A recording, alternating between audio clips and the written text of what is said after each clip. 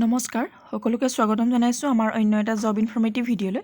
আজিৰ ভিডিঅ'টোত আপোনালোকৰ বাবে খুবেই এটা ভাল খবৰ লৈ আহিছোঁ, কাৰণ আপোনালোকৰ বাবে মিনিষ্ট্ৰি অফ হোম এফেয়াৰ্ছ বিভাগৰ ফালৰ পৰা বা গৃহ মন্ত্ৰালয় বিভাগ ভাৰত চৰকাৰৰ ফালৰ পৰা পুনৰ বহুকেইটা পদ মুকলি কৰি দিছে। ইয়াতে আপোনালোকে section officer, deputy section officer and এছিষ্টেণ্টৰ বাবে বহুখিনি পদ দেখিবলৈ পাব। ইয়াতে আপোনালোকে কেনেধৰণৰ কোৱালিফিকেশ্যন হ'লে এপ্লাই কৰিব পাৰিব, চিলেকশ্যন প্ৰচেছ কেনেধৰণৰ হ'ব আৰু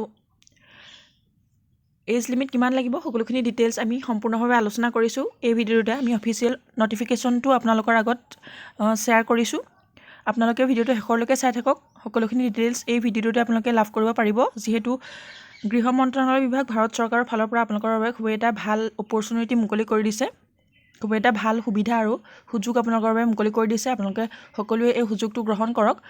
সকলোৱে ভিডিঅ'টো শেষলৈকে চাই থাকক, তেতিয়াহে আপোনালোকে এই ৰিক্ৰুইটমেণ্টৰ বাবে সকলোখিনি ডিটেইলছ সম্পূৰ্ণভাৱে জানিব পাৰিব।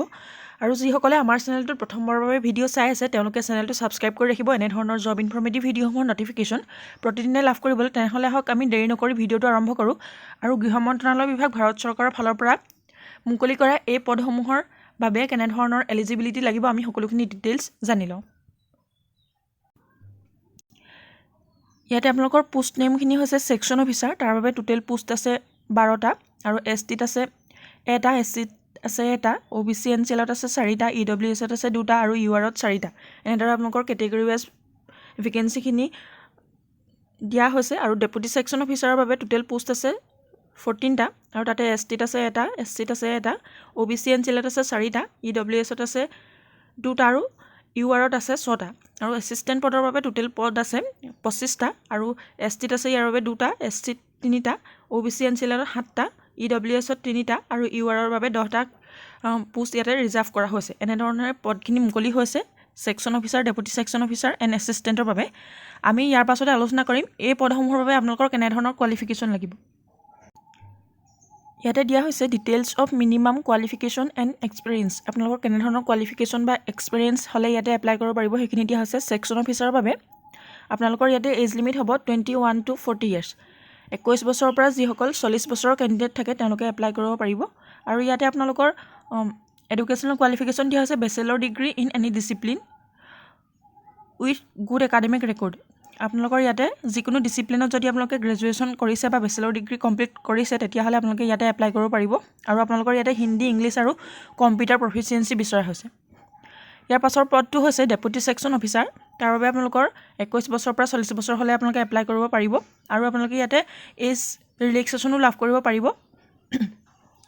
এই পদসমূহৰ বাবেও আপোনালোকে যিকোনো ডিচিপ্লিনত বেচেলৰ ডিগ্ৰী বা গ্ৰেজুৱেট হ'লে আপোনালোকে এপ্লাই কৰিব পাৰিব। ইয়াতো আপোনালোকৰ হিন্দী, ইংলিছ আৰু কম্পিউটাৰ প্ৰফিচিয়েঞ্চি বিচৰা হৈছে।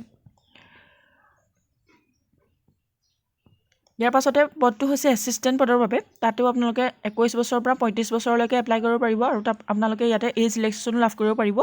আৰু ইয়াৰ পাছতে এই পদটোৰ বাবে আপোনালোকে যদি বেচেলৰ ডিগ্ৰী যিকোনো ডিচিপ্লিনত লাভ কৰিছে বা আপোনালোকে যদি গ্ৰেজুৱেট হয়, তেতিয়াহ'লে আপোনালোকে ইয়াতে এপ্লাই কৰিব পাৰিব। ইয়াতো আপোনালোকৰ হিন্দী, ইংলিছ আৰু কম্পিউটাৰ প্ৰফিচিয়েঞ্চি বিচৰা হৈছে। পদকেইটাৰ ডিটেইলছ ইমানখিনি আছিলে। যদি আপোনালোকে এপ্লাই কৰিব বিচাৰে সকলোৱে এপ্লাই কৰি ল'ব পাৰিব।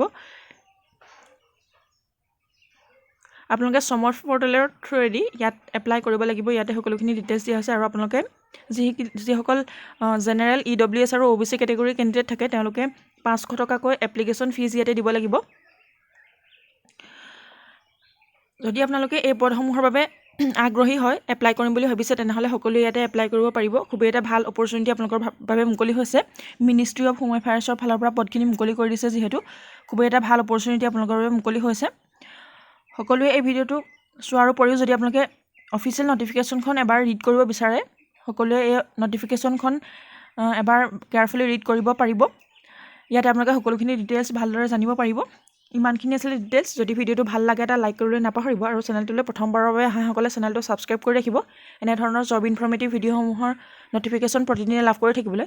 আৰু এনেধৰণৰ নটিফিকেশ্যনসমূহৰ বাবে আপোনালোকে যদি প্ৰত্যক্ষভাৱে জড়িত হ'ব বিচাৰে, আমাৰ হোৱাটছএপ চেনেল আৰু টেলিগ্ৰাম চেনেলত জইন হৈ ল'ব। এনেধৰণৰ ইনফৰমেটিভ ভিডিঅ'সমূহ নটিফিকেশ্যন আগতীয়াকৈ আপোনালোকে লাভ কৰিবৰ বাবে ভিডিঅ'টো শেষলৈকে চাই থকাৰ বাবে বহুত বহুত ধন্যবাদ।